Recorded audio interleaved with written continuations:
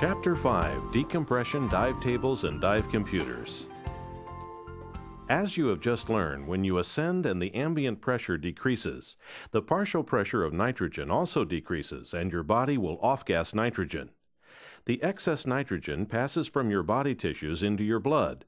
The nitrogen then passes from your blood to your lungs where you exhale nitrogen.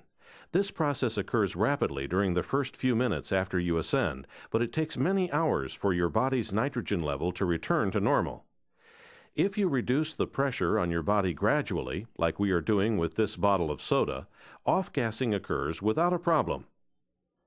However, if the change in pressure is sudden, the soda will bubble over just like the nitrogen in your tissues and can come out of solution and form bubbles in your body. These bubbles can damage tissues and can cause a painful condition known as decompression sickness or the bends. You must control the two factors that affect in- and off-gassing. You do this by controlling your dive time and depth. To do this, you must rely on information provided by dive tables, dive time calculators, and dive computers. You must also consider factors that can increase your chance of suffering DCS in situations where it might not normally occur. These factors include dehydration, fatigue, injuries, hard work during or shortly after a dive, the effects of drugs or alcohol, obesity or advanced age. In any case, you must be fit for diving and dive conservatively. For depths of 6.4 meters or 21 feet or deeper, dive time limits or no decompression limits have been established.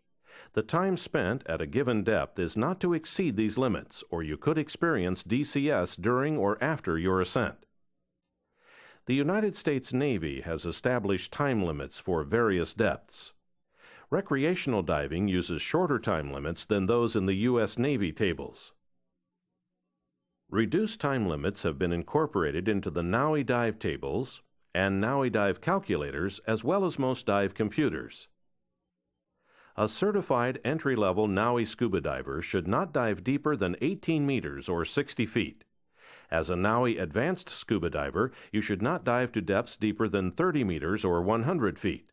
The maximum depth for traditional recreational divers is 40 meters or 130 feet. To properly use dive tables, dive time calculators, and dive computers, you must understand the concept of residual nitrogen.